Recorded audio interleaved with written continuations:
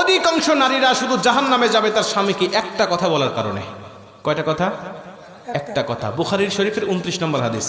এই হাদিসটা বিশ্বাস করেন আমি যখন পড়ি আমি তখন আমার মনটা খারাপ হয়ে যায়, আমি অবাক হয়ে যাই যে এই কথাটা প্রতিটা নারীর মুখের কমন ডায়লগ।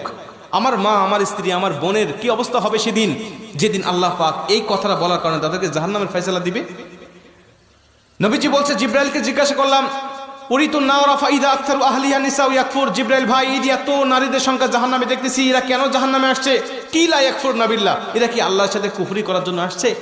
জিব্রাইল বলছে, না ইয়া রাসূলুল্লাহ, একজন মহিলাকেও আল্লাহ জাহান্নামে দেয় নাই, এখানে যাদের দেখতেছেন কুফরি করার জন্য, সবাইকে দিয়েছে তার স্বামীকে একটা কথা বলার কারণে।